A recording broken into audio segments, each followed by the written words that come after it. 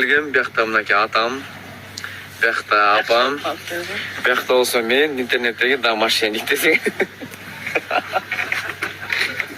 Жоқ, негізі таң қалам да, бір тауға кечіп қалғанда сразу мошенник, арқы бергі дегендер.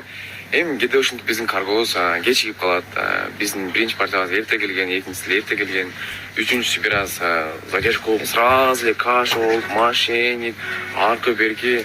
Шындайға болғанда неге там заказ бересіңдер деймін да? Sabır gerek de sabır. Ağam kapı olma balam, elin içinde болады.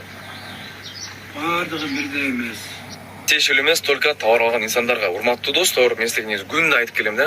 Достор, товар тууралуу ушинтип карго задержка болот. Биринчи партия өзүңөр билесиңер, эрте келген, убагында эле 7 күндө келген, тапшырдык. Экинчиси келди, тапшырдык.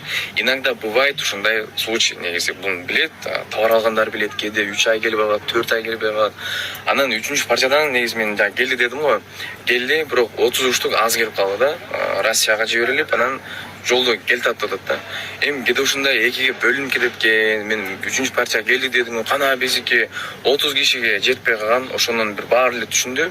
4-5 чыгат да, сен деген мошенниксиң, сен деген бербей атасың, аферист депчи. Достор, мен күндө айтып келдим, ушундай болуп атат. 3-үнчү партия деле келген, Кыргызстанга өткөрүштүн өзү проблема, анткени техника вообще аз проблема Кыргызстанга келүү. Туура түшүнүсүм эле билем, бул биздин проблема, ошол проблеманы чечип алгыча ушунча болуп кетти да. Анан билип билбей эле чыгарган журналисттер